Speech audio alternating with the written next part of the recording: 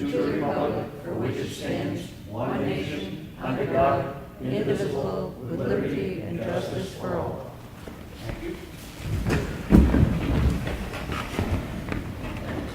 Roll call, Sam Martin. Here. Martha Eldridge. Here. Rick Morgan's here. Public input.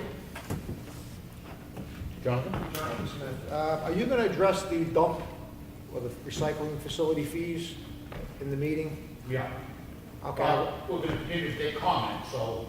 Okay, should I wait until this? Go for Okay. I've been listening to Ed's meetings, and some of the comments that you have, stated, and some comments from other residents in the town. And there's just so many questions that need to be answered before this decision is made. Have you done a cost analysis yet of what it takes to operate the fee schedule versus just coming in and being able to dump your stuff? Have you delved into that? We have some, but we're not jumping to get to your original premise, which is we're not jumping to anything. Right. We are asking for public comment. Martha is actually going to be going out and speaking to some of the businesses. We are analyzing exactly what has been brought in. We know in money what has been brought in, but we also have the recycling sheets to know exactly how many TVs, how many tires, et cetera, have been collected. So we're not jumping to anything. This is an idea that's being floated and we're discussing it.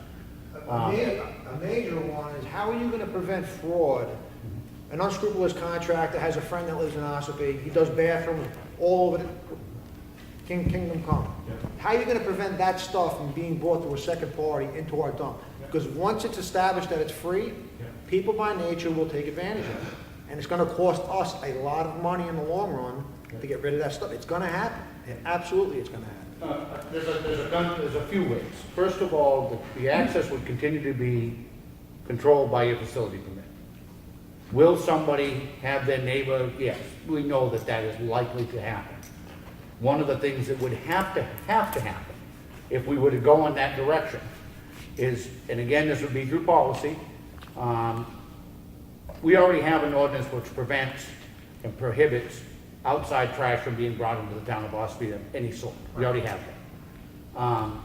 One of the things that would have to be addressed in my mind would be some sort of a penalty system for those caught bringing in,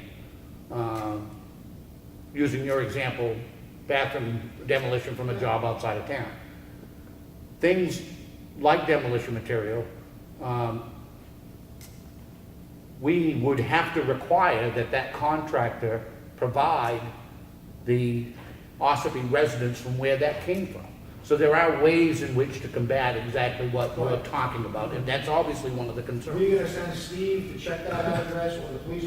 How do you, unless you enforce it, it's meaningless. I can give you any address, unless you enforce it, it's meaningless. Correct. And what my belief would be is the penalty needs to be severe enough that doesn't happen to get there. And that can be done through either a fine by ordinance or by revocation of a person's dumping privileges, period. So there are things, I guess, in a long story short, and we're far from making a decision. In fact, we have three very different opinions right now about which way to proceed. And before anything is done, those are the types of things that we are, in fact, considering and trying to guard against. And just one more, I know you brought up, you made a statement regarding all the garbage on the back roads. There's no way for you to quantify or qualify who's actually dumping that. That could be people from out of town dumping it in our town, so you can't correlate fees with what's being dumped on the back road because you don't know who's dumping it. I think you're right, and you're part right, part wrong. And interestingly, and I don't know if anybody else has been watching it, we're not the only ones talking about this. In fact, it's been a topic at the Effingham Selectmen's meeting, and they're going kind of through the same thing. There was actually a teletalk in the Conway Sun this last week. Conway's going through the same exact discussion. I don't think, though, that you can honestly, with a straight face, look at what is being dumped on these secondary roads and ignore the correlation between the fees and what is being dumped, because predominantly what is being dumped is the stuff that we charge for. That's just a fact. Now, will it stop it all? Absolutely not. We know that. And I'm not trying in any way, shape, or form to let off the hook the people who are doing so. It is not only irresponsible, it's a criminal act. You know, I'm not letting them off the hook at all. Some of it will still occur. If they go to the dump on Tuesday and it's closed, that irresponsible person is probably gonna go off onto one of the side roads and dump it. It's not gonna stop at all. But I do think if we're going to be good stewards, we need to at least look at that correlation. And that is one of the concerns and always has been.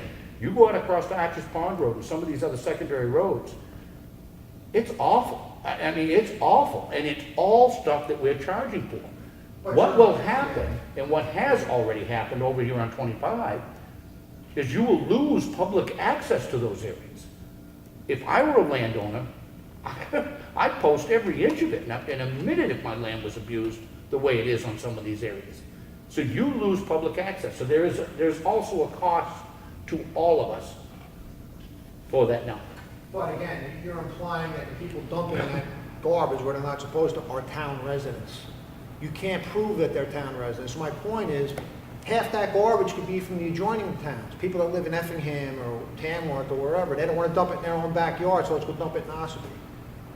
People think, I know, but my point is you can't prove, you can't quantify what you're saying, that you can't make that connection unless you physically catch them and tally numbers and have them arrested. Then you know, okay, these people did it because X, Y, or Z. You can't prove it. It's pure speculation. Well, first of all, I don't think, listen, I don't want to argue semantics with you. Can I prove exactly how many tires came from Ossipee? Of course not. Right. And I think if you had the same discussion with somebody in Effingham, they may say the exact same thing, that maybe some of their roadside trash comes from Ossipee residents. I still don't, and that's all well and good, and I agree with you, and you cannot, nor have we proposed that you can quantify exactly where it comes from. I, again, will continue to repeat, if it were just trash in general, I don't think we would even be having this conversation. But if you look at what is being done, it's the same stuff that we're charging for. I just don't think, I think that's only a part of the discussion. And I've been very clear on this. My biggest issue with the dump fees is, and has always been, that it's the same people paying it. Whether you pay it out of your left pocket or you pay it out of your right pocket, the only people who currently have access to the Ossipee landfill are Ossipee residents and taxpayers. But that's the next point. How many people that have a facilities permit are actually using the services of the dump regarding fees? In other words, most people go there with their recyclables, their general household garbage, where you're not charged anything. I never put anything in the dumpsters. I never get charged for anything. I don't bring tires there. So, and I'm sure myself and many other people pay their $10 every 2 years and don't use those other services. That's a number you need to make clear, how many people are actually using the fee service. Because if, say, 20% of the people are using the fee service, why should the rest of the town subsidize those 20% with the ability to dump their garbage? Because you need to quantify that number too. You need to have that broken down as to who is using those services. Again, we have the documentation to show how much stuff is being brought in and when. The problem with that argument then, and this is where Harry Merrill and I couldn't even, when he was on, we couldn't even talk about this because we disagreed so vehemently. His position in what it sounds like you're proposing is that those people who use it should pay for it. Correct. Okay. Then my analogy would be then if you have a chimney fire tonight, then you should get a bill from the fire department. No, that's quite a bit different. No, I don't think it is. Sure. What I'm saying is there are certain town services that people expect. We're talking life safety versus garbage. Totally different argument. You can't mix those two. I disagree, and I still think there are certain town services that people expect. A library is not a life or death thing, yet everybody pays for it. We don't then turn around and charge you $1 to rent a Again, book. we're talking the education of children versus garbage. I mean, you're mixing apples and oranges. Well, I don't think they're apples and Yeah. oranges, and that's my opinion. So. Yeah. Anything else? Nope. Okay. Anybody else on the block? Yeah, I was here last week, last Monday. Yep. My name's Frank Burke. I live up on Ossipee Mountain Road. Just yesterday, my Mother's Day, I had my whole family over. They couldn't even go out in the front of the yard. It's that dusty, real bad. or they couldn't go in the yard, period. They had to stay in the house. I would like to know if and when, and it's been on the books for at least 15 years to have that road tarred. Okay, well, I'm just saying, at least 15 years. There have been other roads who weren't on the books that I know of that long, who have been put on, who have had their roads tarred. Long Sand Roads for one of them. I'd like to have, like to know if and when, if it's ever going to be done. Okay. I don't remember that it was on the list, but Brad is here this week, so Brad? Yeah, we've talked about it over the years since I've been here of extending up through to Moody Pond Road anyway with the paving there to do an extension on it. And then as the years been going by, we've been seeing we've needed to do more and more repair of our existing paved roads that we have here now. That's where our resources have been going for the past probably 6, 7, 8 years now and stuff. Like Moultonville Road, we're doing Chickville Road this year. We've been down in Granite doing those and stuff like that. If we let those go too long, then we're talking about not full, but we're talking about reclamation and stuff, which is twice the cost to repair those roads. So we've been trying to keep up with those first before they get bad, before we do any new expansions. This year, I believe, finishing up Chickville and Granite Road down there. Those are our last large sections to get the shims and overlays on. We do have one more piece of granite, but that's good for a few more years. So my mind here right now, that Ossipee Mountain Road and Up on Valley Road are going to be two of our main focuses for the next probably 2 or 3 years. And so it's a longer project. It's not going to be a 1-year project to even do Ossipee Mountain Road because it's, the budget that we have, we've only got $350,000 a year. It's that doesn't do a lot of miles, especially when you're talking about putting base down and top on it. So I would say, so right now we don't have the exact date set yet, but I would say in the next couple 3 years we should be up in there getting that section expanded up through to that area that he's talking about. We currently, and I know each year we go through when we do the paving projects and we have a list of the roads we're working on. Do you have a 5-year and a 10-year plan on what roads, what you're intending to do to those roads? I've got to extend it back out now. The 5-year plans we've had, I've actually gotten to the end of it this year and stuff. So I'm gonna redo that. Probably I'll do that this summer here. Evaluate what we have out there, and put together this plan for the next 5 years. Right now, I haven't done it annually to extend out as a year-to-year type thing. So we've been trying to get caught up, and of course every year it changes too, depending on what type of winter we have. One road could go to hell, and just it needs to have the attention that following year. So that's happened on occasion. But and that's fine, and that will happen in the same way. Yeah. Things will happen to bump roads down on a priority level. But I'm thinking for this gentleman as well as for others, if we can have that 5-year and 10-year plan, then it gives them some information to be able to say, well, it's not next year, but it's on the list and it is coming. it is, yeah. Realizing that list will be adjusted periodically as is needed. Yeah, I understand that, but it's been on that list for at least 15 years. I'll be honest with you. You keep talking about the list. I've I've been seen the sitting list. on this for 5 years. And I've got a couple of lists from Brad. Brad has given them. But it's been on that list and right up the top for at least 15 years. The town spent all kinds of money to widen that road, blow up boulders, move giant boulders, push them off the road. They graded it. And I don't know how many times it's been graded now in that 15-year period. So Since it's been a whole bunch of them. Oh, yeah, I know, right? But I'm saying we probably, I'll kid from the side. I know there's some roads go to hell, and that's a priority. You have to do that first. But it just doesn't spend all that money to regrade, put new, gravel down, and, do what they did, and not do it. That's what I can't understand.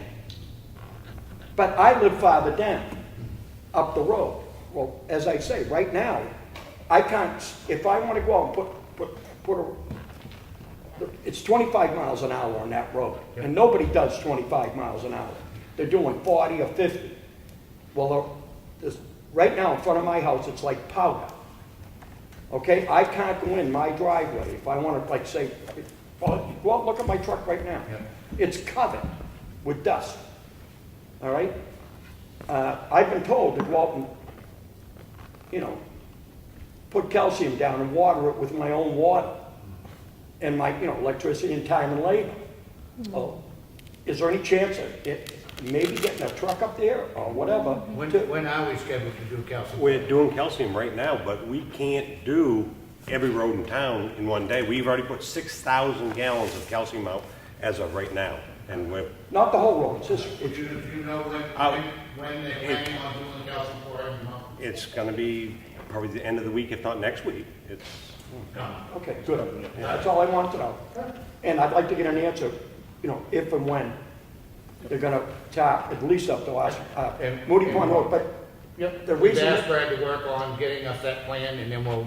there's another thing too. Down past my house, it comes in, and they said that they can't really do the, you know, bring the tower all the way down. I don't care if you put a retaining wall on my side of the road and the other side, and then widen it where it's supposed to be. It's only that one spot in front of my house. It comes in. Okay. Tower all the way down, right to Lovell's River. Okay. That is I'm pretty sure it's Lovell's River. Yeah. Yeah, tower right down to there, and that's what?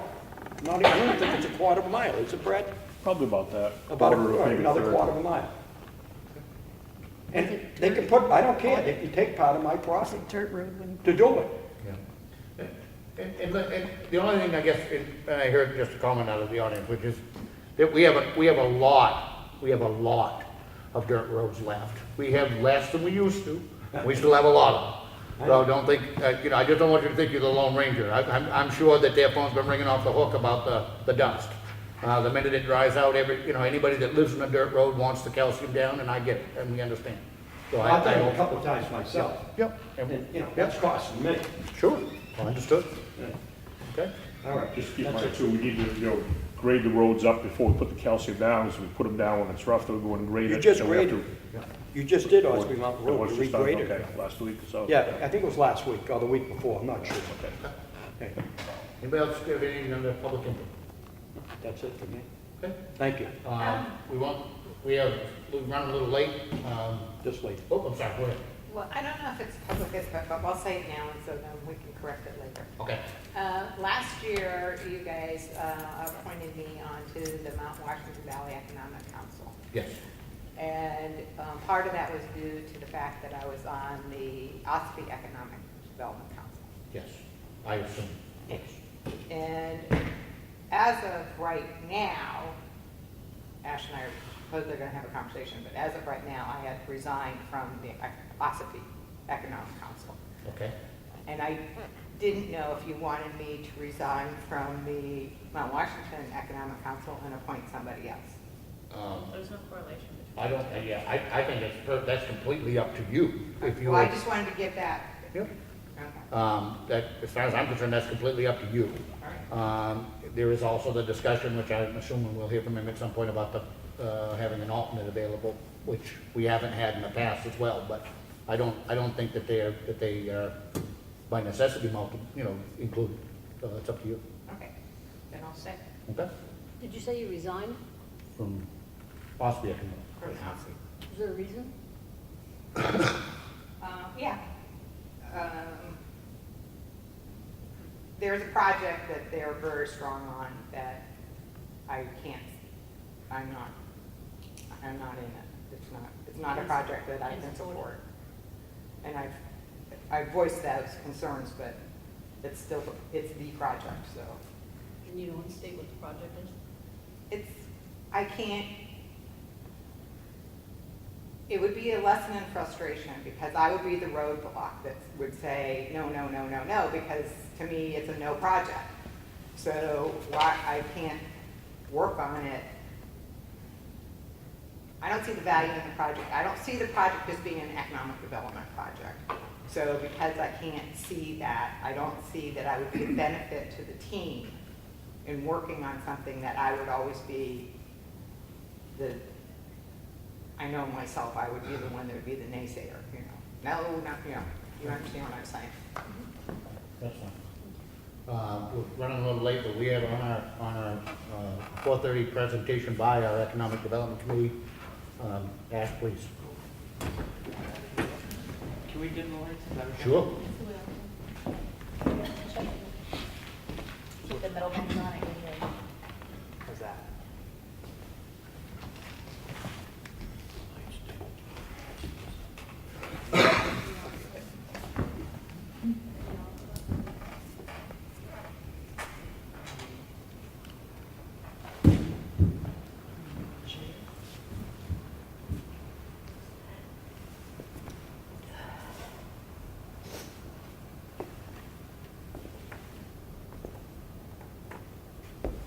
Dramatic pause. I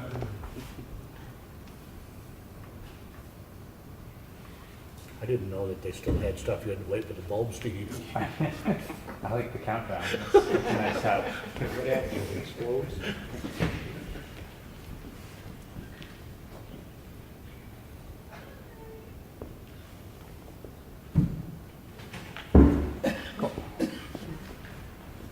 I was going to stand over here just so I'm not in anybody's way. My name is Ash Fishbein. I'm the chairman of the Ossipee Economic Development Council. Obviously, I first want to start off thanking you, the board, for having us come in today. It means a lot to us, especially being born and raised here. It's really nice to see a group of people that are interested in furthering the economic progress of the town. So a little introduction and a little history about who we are and what we've done.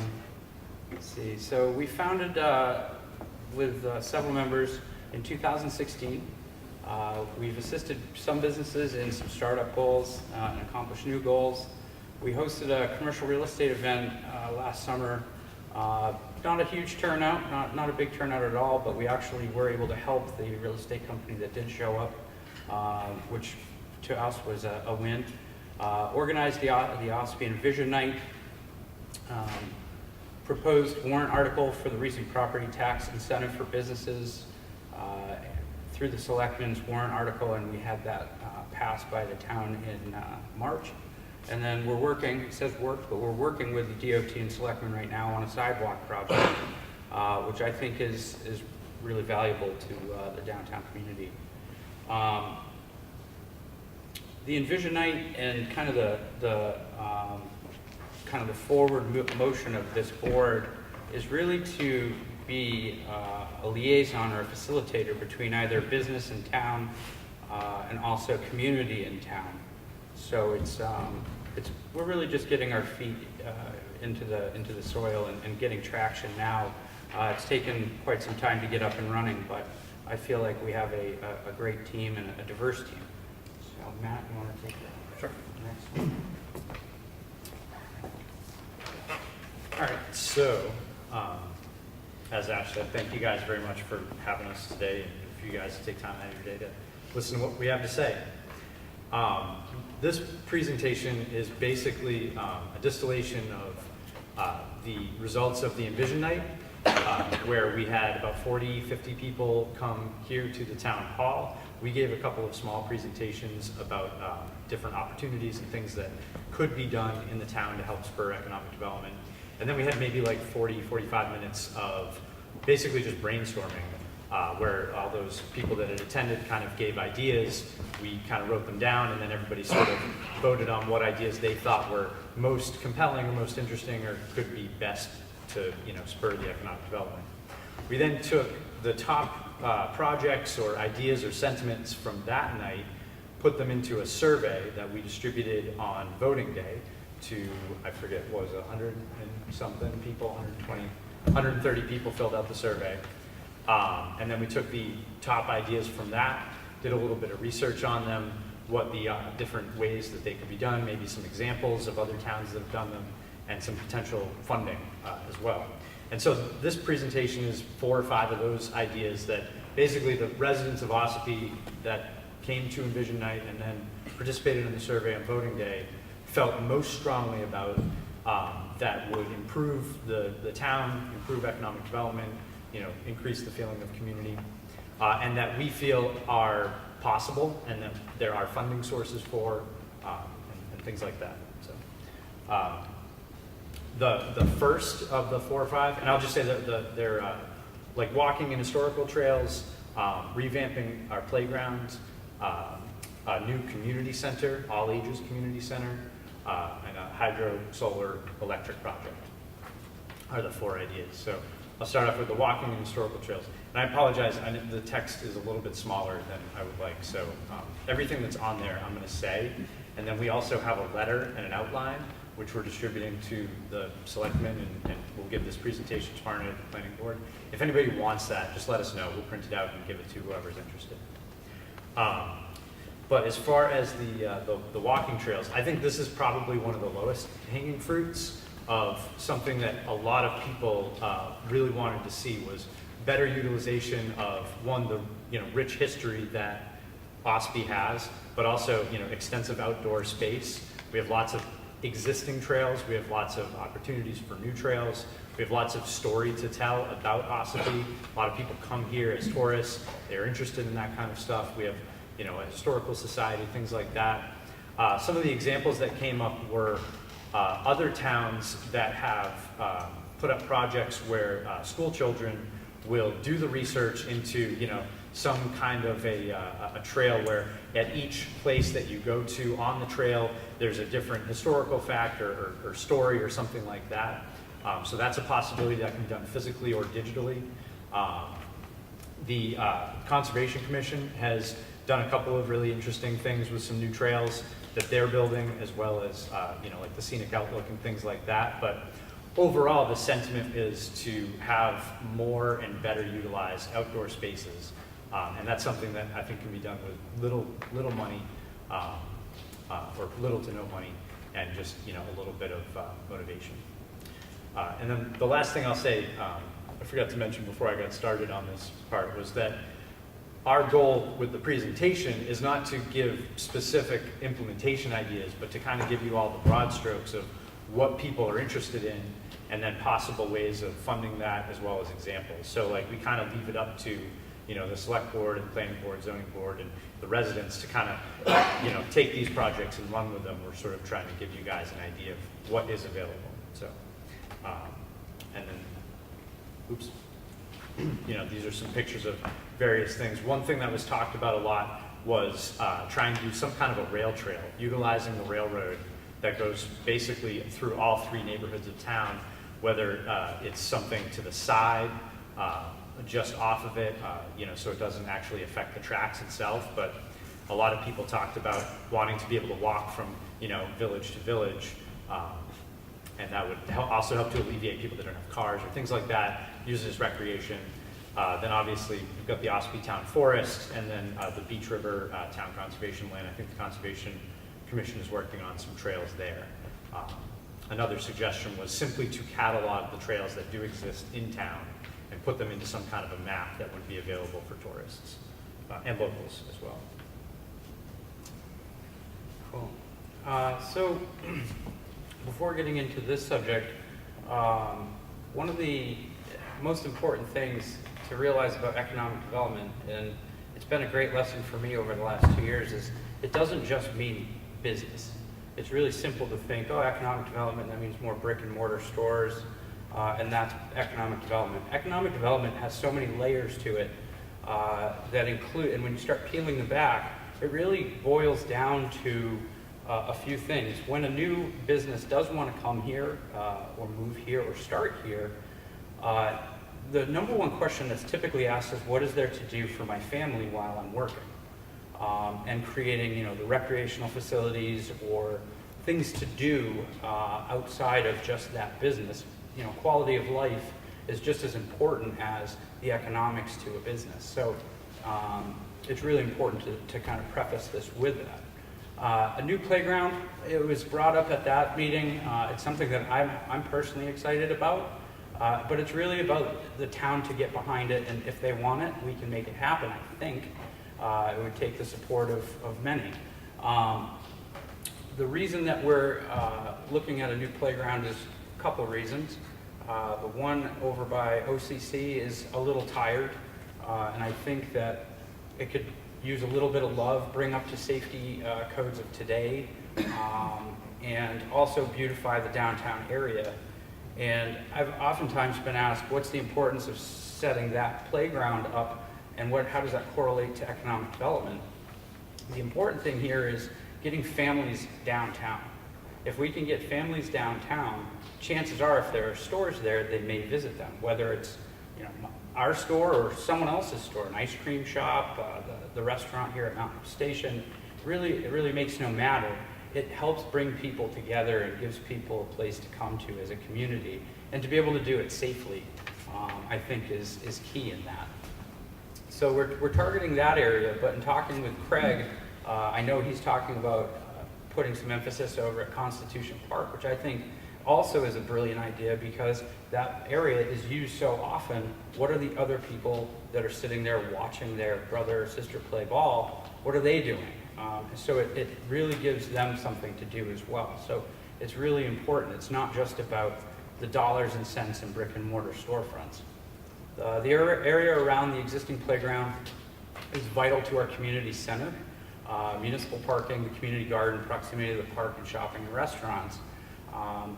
It doesn't make sense to have a park out for the public out on Ossipee Mountain Road. I know the town actually owns land on Newman Drew Road. It just doesn't make sense. We want to focus right now on downtown center Ossipee. I think it needs the most help, and I think this would bring a lot of positivity to the area. A lot of young families are actually leaving this town. We're finding that once kids graduate, there's nothing here for them to do. What this could do is actually pull people back because you're increasing quality of life and showing that it is investing in its quality of life. Schools, after-school programs, recreational infrastructure, they're important to drawing and retaining working families. Again, it touches on the point I started this with. All of it boils down to the quality of life of our residents.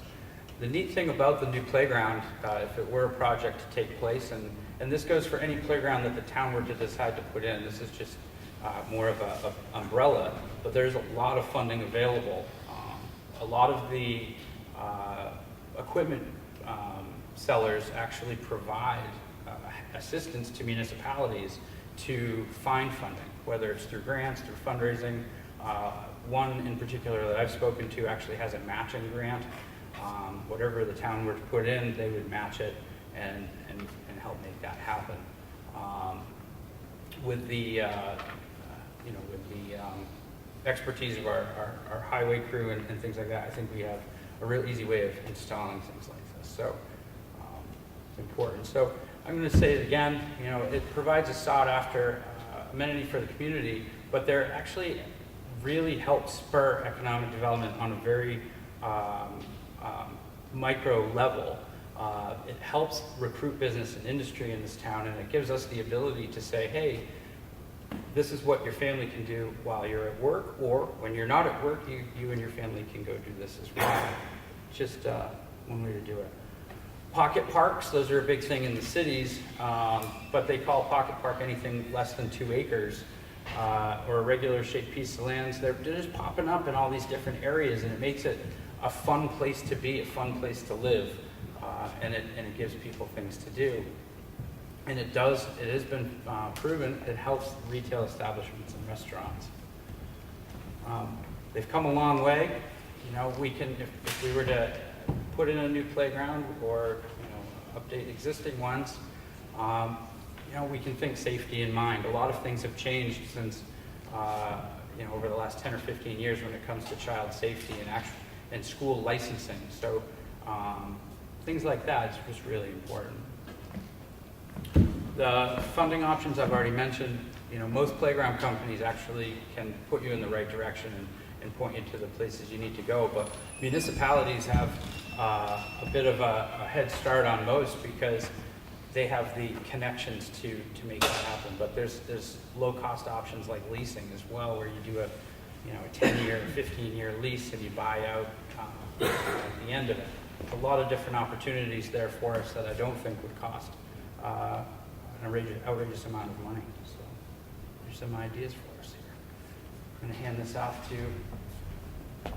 Thank you. You're welcome. Is there a picture? Yeah, I think if you hit the right arrow. there's some Okay. pictures. I'm Misty Ryder, and I'm delighted to have this opportunity to present a new community center. If everyone could just take a moment and think about what a community center would mean to you. I believe we have a common vision of ensuring that our town becomes a place where all families thrive and have access to the support services and opportunities they need to ensure their children succeed, whether inspired by events happening in our local community or bringing the opportunity provided through a foundation or government support initiatives. Community like ours are working to change the future for children and families by incentives in the town. We are currently struggling with the impacts of the heroin epidemic. We all know someone or seen a close member of our family struggling with this, and the effects on our community are devastating. Change is needed, and a closer sense of community is vital. Tell me, how do we do this? Space where our people can come together, be less isolated, make friendships, and connect. They have opportunities to get an education is a start. A space can be creative, like an artist space, and we can also look at this as an opportunity to house over 300 people for voting and more. Uta Berg once said, "A true community is not just about being geographically close to someone or part of the same social web network. It's about feeling connected and responsible for what happens. Humanity is our ultimate community. Everyone plays a crucial role." We are all taking strategic steps to help improve the quality of our community. The new community center is something our people do want. In fact, at the Envision Night, 9% of our participants would like to see a new community center. Then when we did the poll, 39% of our voters want to see a community center.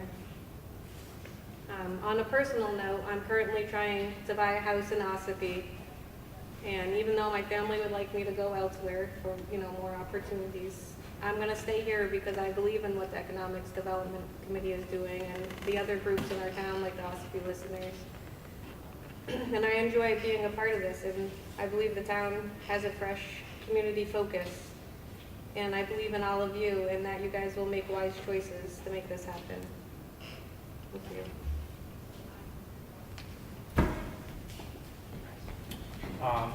So as Matt had said earlier, when we did Envision Night, when we did the survey at the election night, we really put it out to the group of people that came as to what we wanted, what would be important to you, what would make sense. And believe it or not, community solar and hydro projects were right up there in the top 4 or 5. Thought it was a neat idea. I personally live near a place that I listen to energy all day long. And it's something that this town could show a pretty solid progressive approach and make itself marketable by taking on a project like this. It makes it very interesting to a lot of people on the outside. It could also save us a lot of money. So we can utilize existing resources. One key place as far as hydroelectric would go, it's not about flow rate as much as it is about distance. And that's got the mill pond has a really big drop there.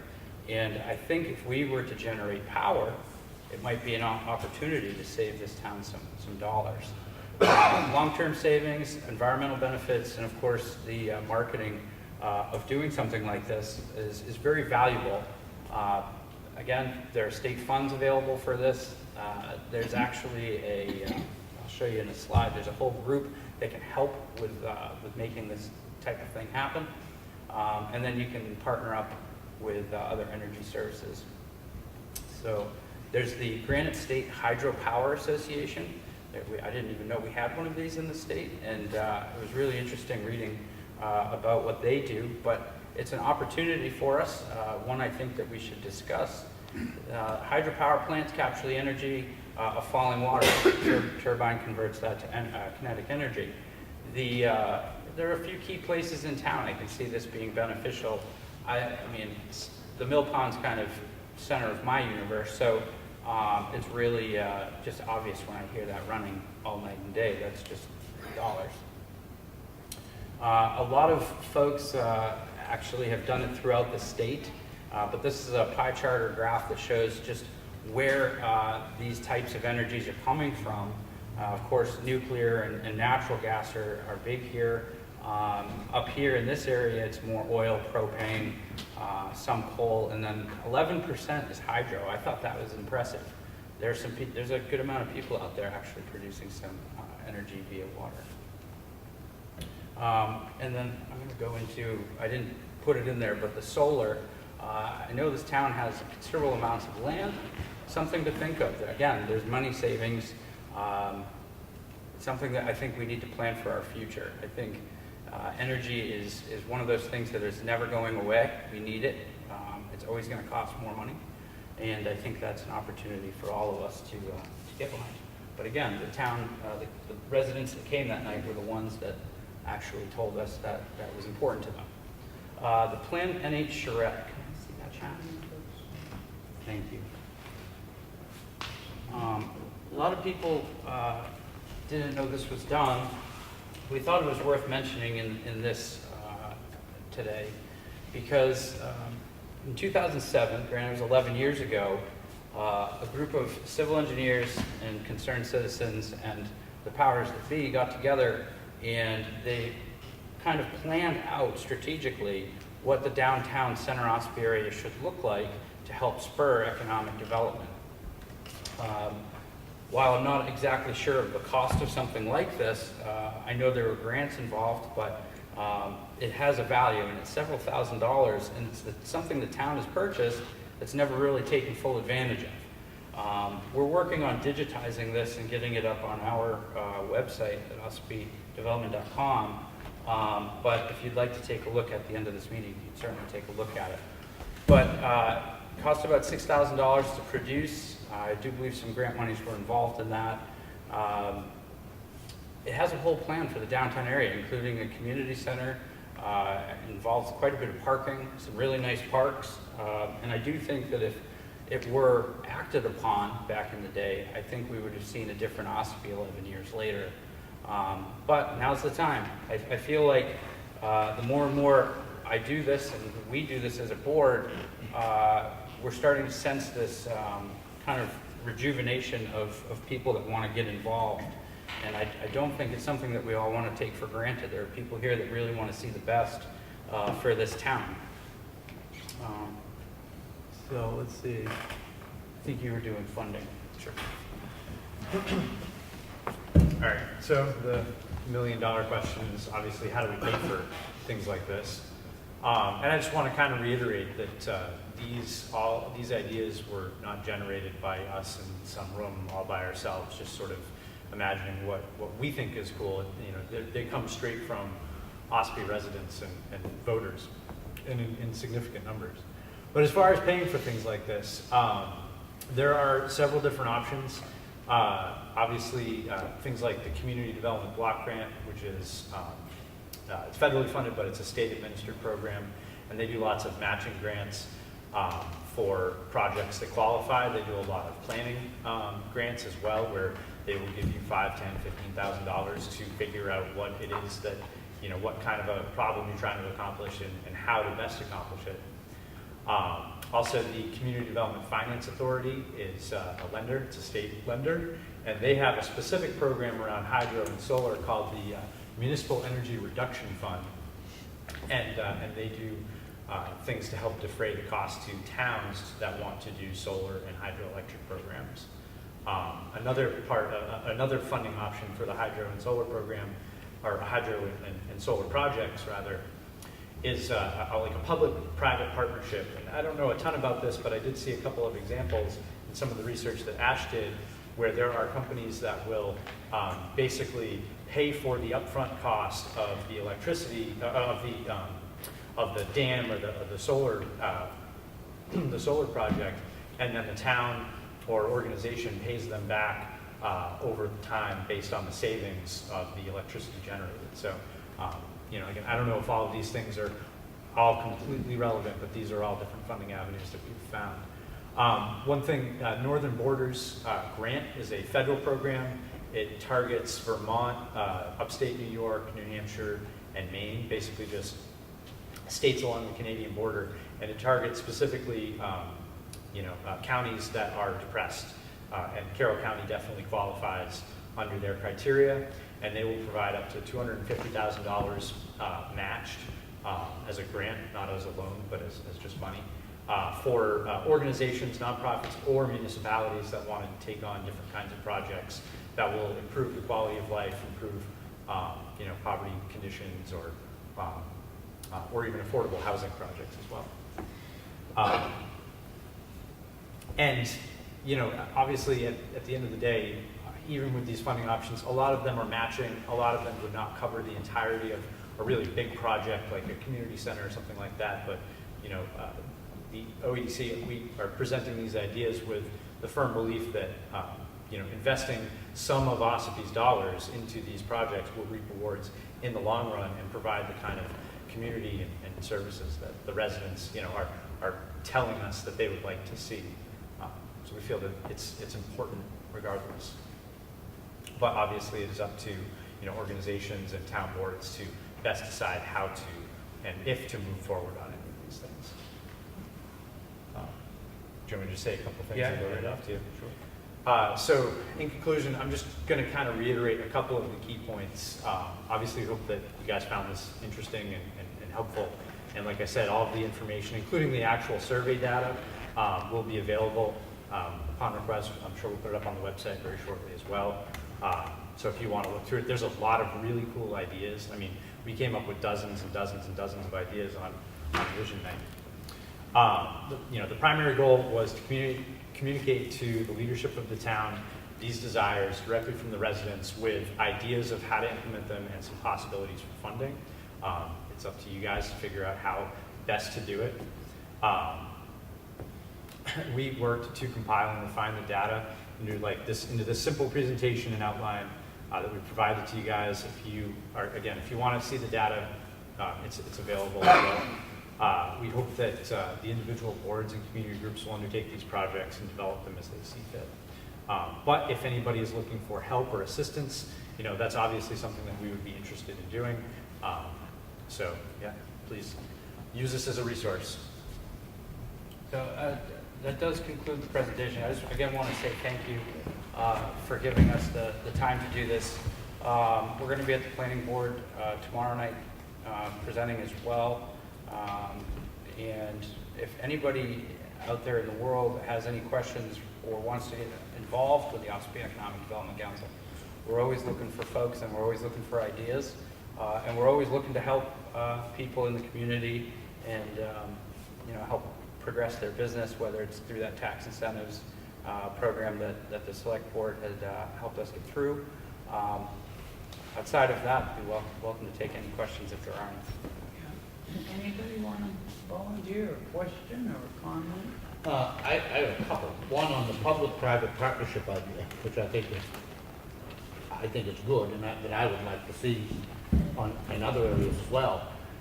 It's more of an observation. I think that this tax incentive that just passed can also help to facilitate that. Because if somebody is going to come in, it would instantly qualify under a commercial or industrial to only have to pay the 50% of the taxes for the first 10 years. That's right. That can be a big, big deal. Ossipee passed that. Some of the communities around us actually rejected that, which shocked me. It shocked me, but to be honest with you, I'm not sad because I think that puts Ossipee at a competitive advantage to be able to reach out to those companies and say, hey, listen, come here. As a small business owner, I don't have to tell you that the first 3 to 5 years is make or break for 90% of small businesses. And if they can come in that first 5 years and get that assistance, I think it puts us in a good spot. The other observation I have is on that plan. I actually participated in one 25 years ago. I participated in that one. I remember going to the charrette. I've never seen a copy of that. And which is kind of precisely, we had this discussion before about the master plan. Yeah. Ossipee historically has put an awful lot of time and effort, and in some cases dollars, into doing studies. studies can be a wonderful thing, but if you never do anything from them, if you never read them, if you never take a step to implement anything that was recommended, then it was a complete and total waste of time, energy, and money. I was thinking, and I didn't even realize you had that plan, so I mean, obviously I'd love to look at that. One of the things I was thinking about when you were talking about this new playground is it's been any consideration about maybe moving the playground from where it is currently to where, behind the water and sewer, which is now parking, and then expand the municipal parking over where the playground is currently, which might help some of the issues you got going on in the square with parking. Or whether or not there was a consideration on maybe reversing those two things and then making the playground be a part of the park, which is really, I think, a really nice centerpiece in the village. Yeah, and I mean, I know that outside of this presentation and kind of taking my hat off here and putting another on, a lot of talk has gone into that property that OCC is on, and whether or not, you know, I know it has to go to DRA and a few other issues there. You know, in speaking with Jim that's over there, you know, his quote to me was, any updating to this would be excellent and welcome.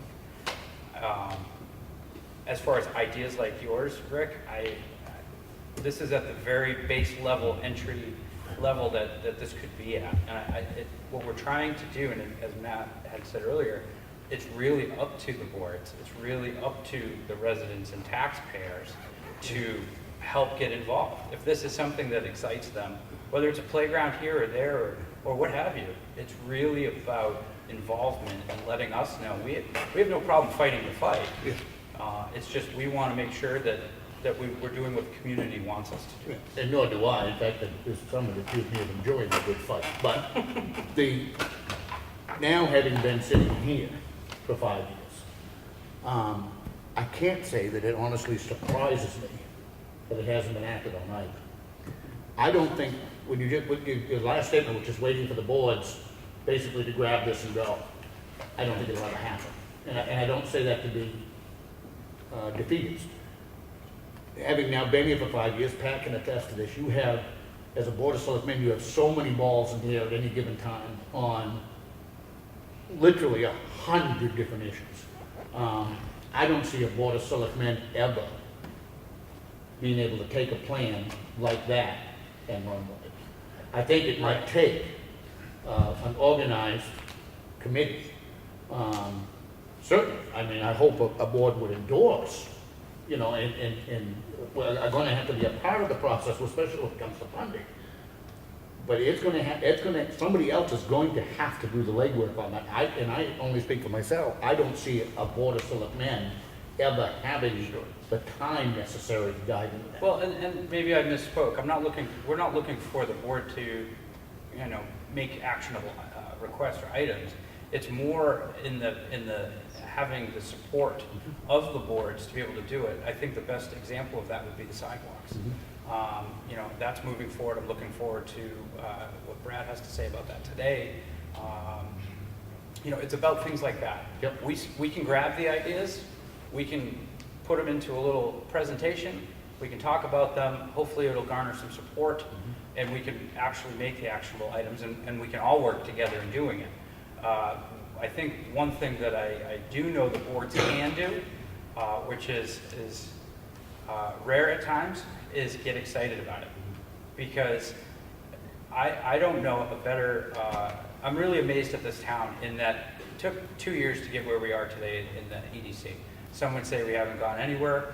I personally feel like we've gained a lot, we've built a lot of resources, and what has happened in spinning in that microcosm is there are other younger people starting to get involved in things, whether it's our board or others, but they're showing up more. And I think that is, at the very least, being a catalyst of something. I would wish that all of the boards would get excited about that, because we're the ones that need to be sponges to understand how all of this works, because I don't know if you're going to do another 5 years, another 20 years, who knows? No. Either of you, any of you. My point being, you know, it's really about educating these younger folks that are getting excited about it and hoping that that excitement is shared amongst everyone. I agree what I would like to see is something like that plan, and I don't know that I haven't looked at it, but I do believe that it's not just getting the boards on board, it's getting the townspeople on board, and it's saying to them, you know, this is what we've come up with, but if that is in fact the final plan, and getting them to buy into it, because let's face it, with all of the funding, most all of it is gonna require some town money.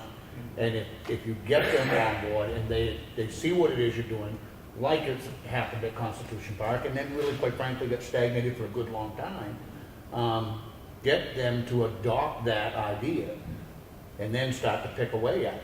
Yeah. It's not gonna happen in a year, we know. This, of course, and this charrette, I mean, it's 11 years old, it's a bit dated, it's even dated now with some of the things we've done in town where we can't go back on. But it's still full of great ideas. Well, and the reason that we brought it up too is that 3 of the 5 or the 4 ideas that we talked about here were detailed in that plan 11 years ago. I mean, the walking trails, the community center, and playground parks. And I don't wanna make you sad, but if you went back 25 years and looked at some I'm of sure the you did. master That plan too. revisions, they were saying the same things. Right. And that's what's always been a frustration by many, Yeah. is that they spend a lot of time, a lot of money, and a lot of effort, and then did not do a single thing, not a single thing, that the plan recommended. Well, I think that at least my hope with this is that, and I think in general, is that this is like the first step in putting together that town support that you're talking about. I mean, like I said, this is like the distilled wishes of 40 people at Envision Night and then 120 people during voting day. Granted, it's not, you know, a town of 4,000, but it's something. It's people that are engaged and So are start out there there somewhere. advocating. So, Gonna start somewhere. yeah. Sam? Huh? I don't have any questions, just I'd like to say thank you for a lot of hard work that's been put into this. It's our pleasure. And you certainly made me feel excited. Absolutely.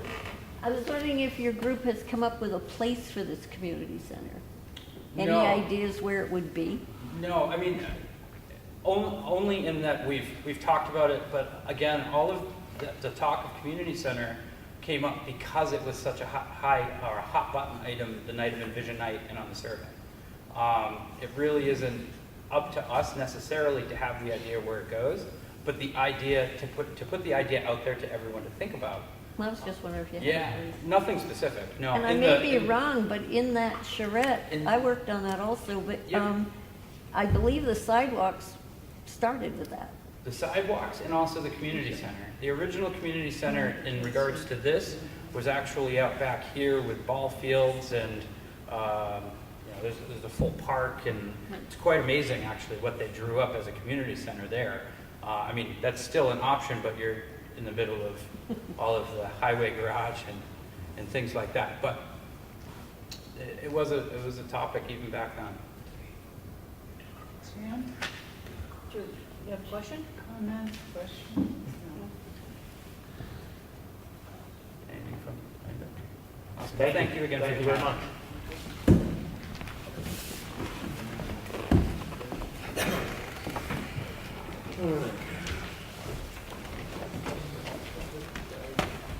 The red folder. First thing we have is the minutes of the Selectmen's Finance Meeting, work session, and non-public, which occurred on Monday, May 7th. I make a motion, we accept them as printed. You can't, you would. All in favor? Aye. Vote then. Did you borrow these for a while? I would love to see it. I really would. They got Thank you. my name on them and the district's name on them. I Okay. think you'll find this one on the ball. Okay. Next, we have the minutes of the Selectmen's meeting, which occurred on Monday, May 7th. I make a motion, we accept them as printed. Second. All in favor? Aye. Aye.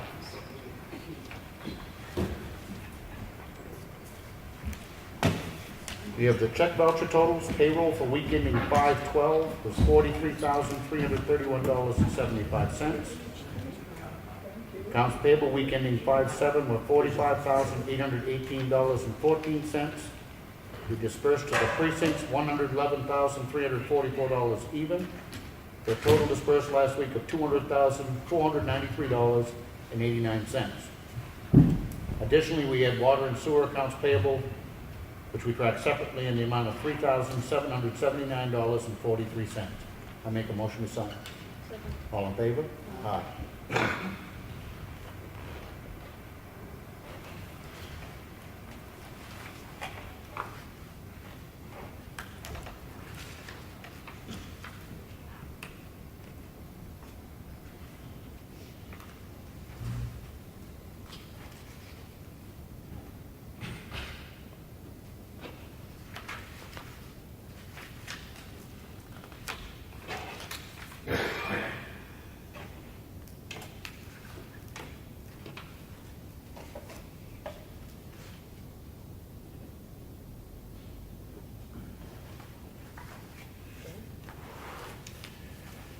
We have payroll reimbursement request from Water and Sewer in the amount of $3,156.36. I make a motion to sign. All in favor? Aye. You're supposed to go first. We have an agreement and release regarding a building permit for a Class 6 road. This is on 6 Province Lake Road. It's a Class 6 road where the person is proposing to build. They have to execute a waiver in order to be able to build on it. I make a motion, we approve it. All in favor? Aye.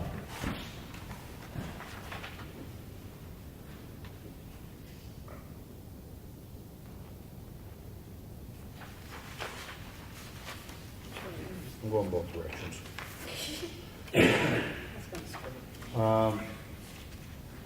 We have an application for veterans credit. It's been okayed by our assessor. We'll make a motion, we approve it. All in favor?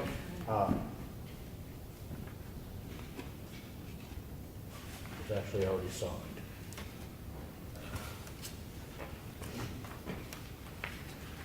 We have a report of timber cut and a warrant for the tax collector to collect $1,128.83. I make a motion to sign.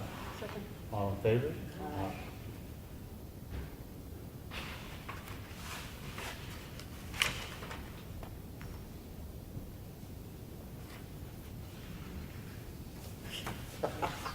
Go one way or the other. Yeah, I know. This is also a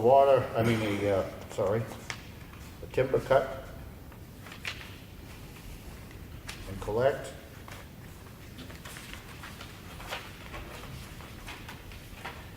Instructing the tax collector to collect $559.15. I make a motion to sign. All in favor? Aye.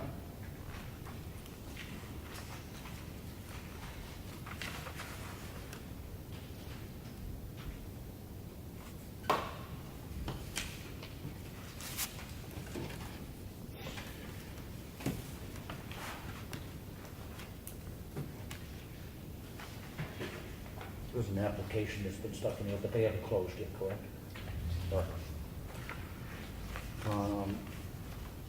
This is another report of timber cut. Warrant for the tax collector to collect $319.53. I make a motion to sign. Second. All in favor? Let's sign it.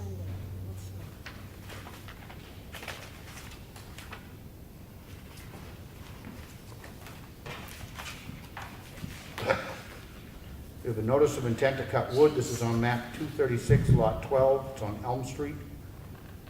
38-acre parcel, 30 acres to be cut. Phyllis Carifo, I believe is the way it's pronounced, is the owner. Richard Buswell is the logger. Taxes have been paid. I make a motion, we approve it. Second. All in favor? Aye.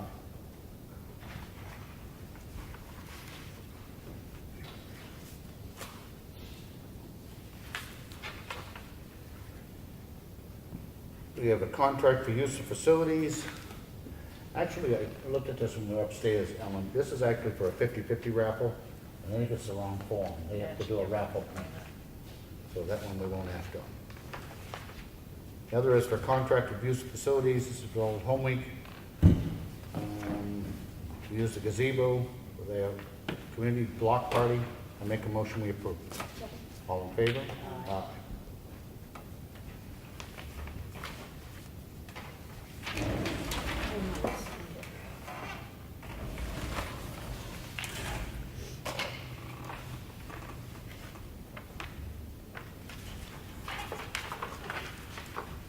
have a notice of intent to cut wood or timber. This is map 223, lot 3 on Blake Hill Road. It's a 74-acre parcel. The owner is Van Pertel.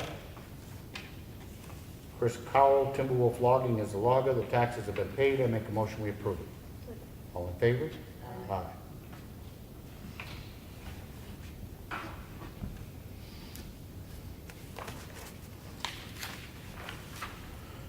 Notice of intent to cut wood, map 257, lot 23. It's on Route 171 in Water Village. It's a 25-acre parcel. The owner is David Hool. Chris Cowell, Timberwolf Logging is the logger. Taxes have been paid. I make a motion we approve it. All in favor? Aye.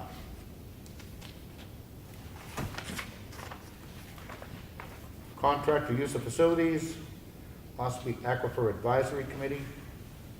Schedule's been okayed by Craig. I make a motion we approve it. All in favor? Aye.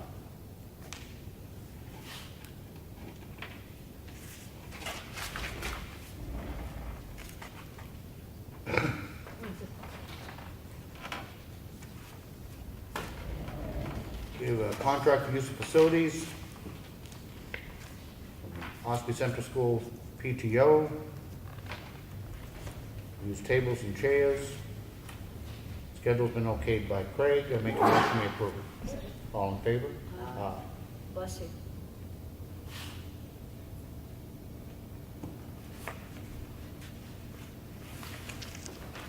This is a veteran's credit, which I need to abstain from. If somebody would make the motion in a second. Motion we approve veterans exemption 4. Do you read your name? No. Second. All those in favor?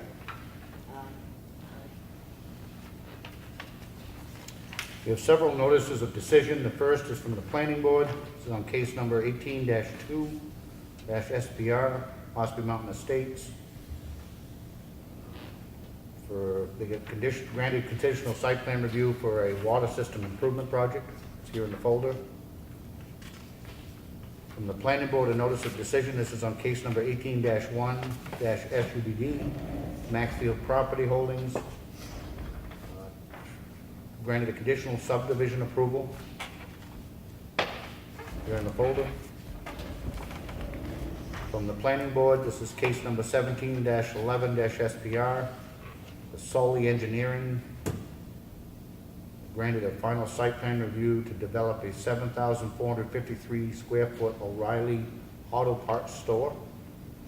It's down in the area of Tractor Supply.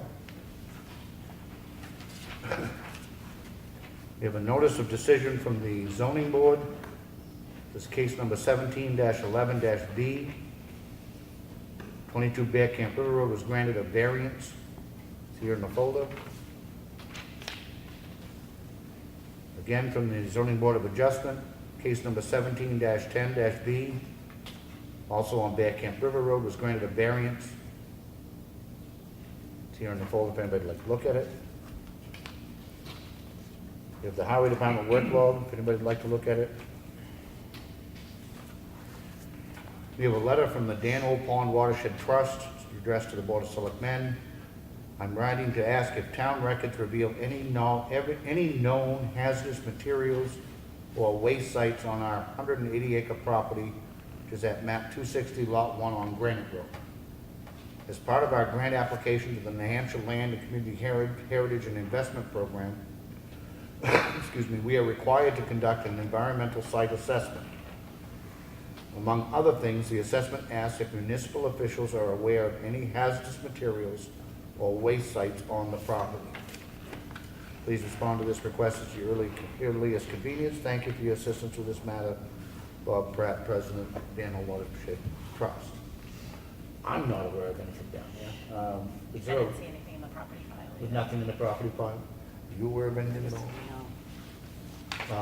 If you would just do a letter back to them and that you've checked the property file and that none of us have any knowledge of anything hazardous materials wise down in that front. We have here in the folder, if anybody would like to look at it, it's a Lake Region Planning Commission meeting. It's going to be held at the Ossipee Public Library on May 21st. And it's on the Route 16 corridor study in particular. It's here in the folder if anybody'd like to look at it. We had left over from last week was a request from Joy Gagnon regarding watering, having water available for the community gardens out behind OCC. Bo has looked at the water situation and recommends that we install a spigot across at the police station and enough hose to be able to reach over there was the easiest way. Is that something that, Brad, you can see that gets done? Yep. I guess the only drawback is while it's being used, it would be running across this parking lot, but Not a lot of traffic goes through the back of there, so especially in the evening when they're likely to be watering. So. probably the better location for it. Okay. If you'll just make sure that happens, that'll take care of that. Connie, did the planning board take any action on Rick St. Jean the other day? Planning, but regardless of whether we take action to make him a full member, he is still an alternate until 19. And he would only be able to serve as a full member until 19. You just lost He is now an alternate. Correct. His term as alternate ends in March of 19, next year. If he is raised to a full member on the planning board, we would need, number one, another alternate, and number two, that term would only go till March of 19. So and the only way we can do that is if he resigns the other position. Because he's a trustee of the trust fund and a cemetery trustee on both boards which Comeau serves. And then Peter Zavis is also a trustee of the trust fund, so there's 3 members, or 2 members and 1 alternate on the planning board that already serve on 2 other committees, and you can only have 2. Okay. So it's a conflict there anyway, so he would have to resign from trustee of the trust fund to remain even as an alternate on the planning board. Okay. So that I'm clear, you guys are gonna vote on whether or not to do that, but is it then us that has to appoint him? If we raise him to a full member, yes, we would recommend to you people that he be appointed. And Well, as far as the resignation of the trustee of trust funds, that's us. I just didn't want him to resign as trustee of trust funds and then not get the job that he wanted. But you're saying he has to resign in order to even stay as an alternate? correct. Okay, well, I'm gonna make a motion that we accept Rick St. Jean's resignation as trustee, on the trustee of trust funds. All in favor? Aye. And if you would just do a note to him, thanking him, and in fact, that we do in fact understand why there is a conflict. And then you'll get back to us with your recommendation, and we'll act on that next Monday. Yeah, she'll be copied on that. Yeah. Okay? To Karen. Karen has to be notified too.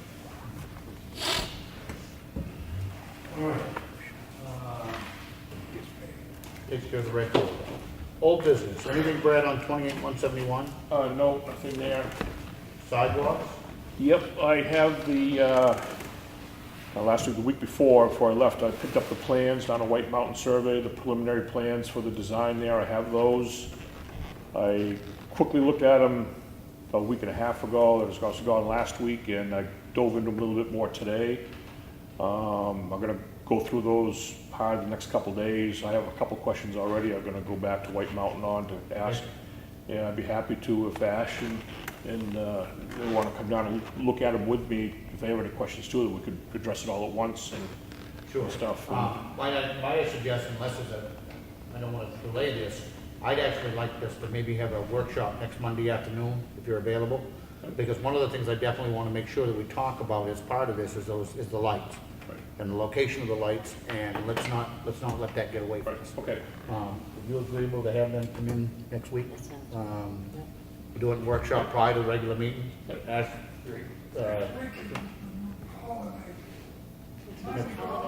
next Monday? No, it's week after. Week after. Okay. Next Monday, 3 o'clock, Ash, if you're available, and anybody that, from your committee that wants to come. All right? Okay. All right, let's do that, and then maybe we'll have some more questions that we'll need to get answered as well. Yep. All right? Covered bridge? No, nothing new on that. So, just working on getting that easement there, that's the last piece of the puzzle, but everything's submitted to the state, so. Okay.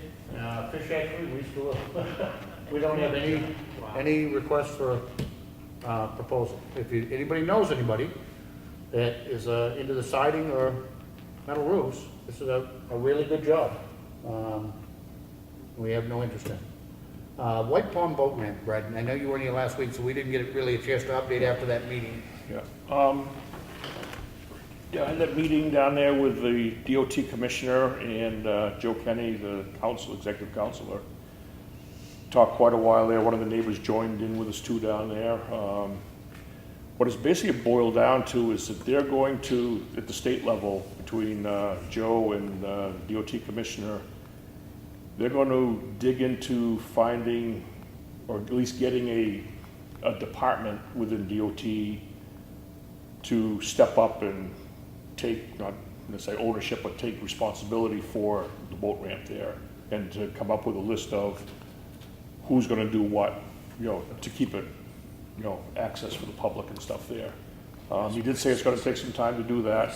They have a new commissioner for, look at the DNCR, Division of Natural and Cultural Resources.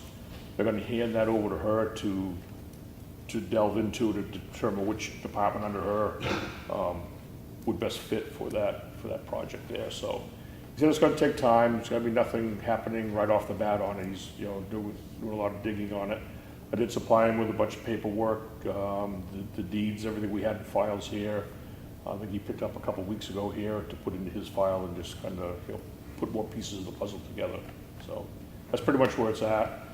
I don't know if we should respond to that last email that came back, or the letter that came back from that Jeff from DES, which basically went back to their original one from a year ago, wanting us to put an application in again for the permit.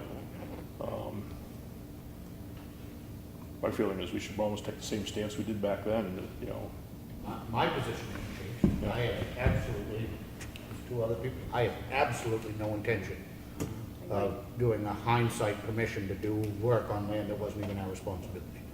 I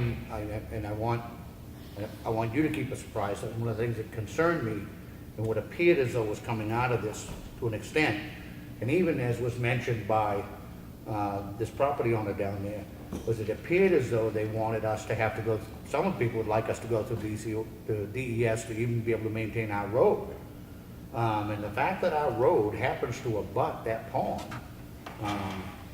if that homeowner, that seasonal landowner would like to donate his house, we'll raise it and move the road away from the pond.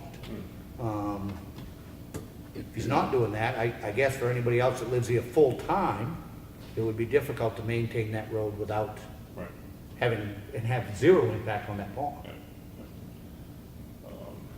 And from the meeting that we had with the gentleman from DES, the statements there that he said we would be able to maintain our road without, further permit, stuff like that. We just can't get down into that 3/100 of an acre piece of property that's down there that the somebody from DOT owns. 3/100 of an acre, yeah.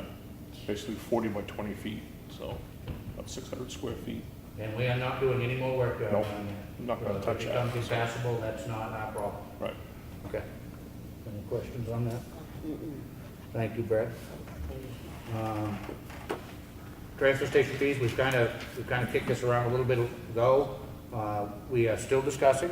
We are still inviting anybody from the public that has comments to come or to drop us a note. As I said, there have been no decisions made, a lot of discussion. As I said, it was kind of interesting just this week. We're not the only ones discussing it. Other towns around us are going through the same discussions, and we'll see what comes out of it. Community garden and watering, we've taken care of. Second public input, anybody? Just a question. Sure. Any luck locating the Governor Wentworth school contract agreement that goes way back? Is that, I don't know if we've actually done that. Have- I have I don't even know where to begin. Well, it would be Maybe the original agreement that we signed. when we ended it, which would have been what, 1963, I believe. Oh, that's even before me. Here I was born, so. But I think it's 1963. Is that when Brookfield ended? Ed? Brookfield is 63. So, last year. You requested from the school board, did you? I also requested it from you, so you're way overdue on that. So 90-day overdue, I'm request. so sorry. Was that during a meeting? It was. I guess I would start with Kelly, and then see if we can, thank you for bringing it back up again. So there's times, and I'm not making excuses, to get so many balls in the air. I hadn't thought about it in months, honestly. Anybody else on the public input? Any old business? Brad, anything new? Nope. Paving contract is out and will start. They've already started. They did some shipping last week. They're gonna be in tomorrow to do some more over in Chickville. And then, they'll probably finish up Chickville hopefully this week, and then we're not sure when they're coming down to Granite, so. But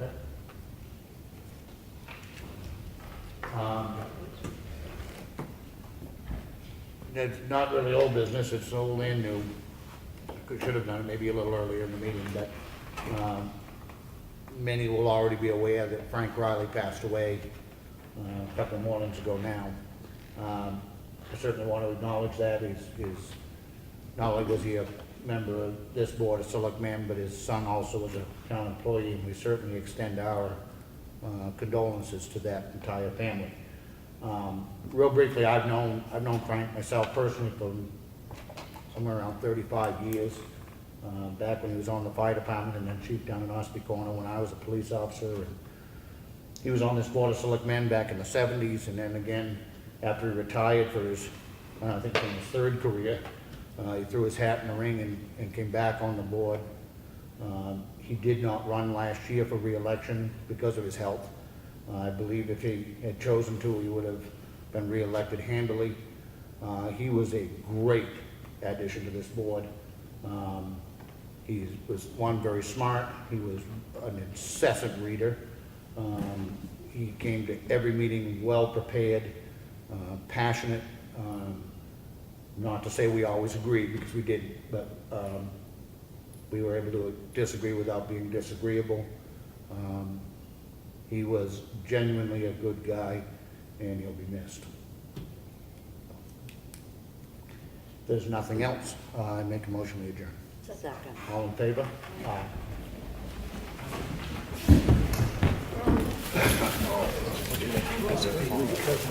I will. Have a good week.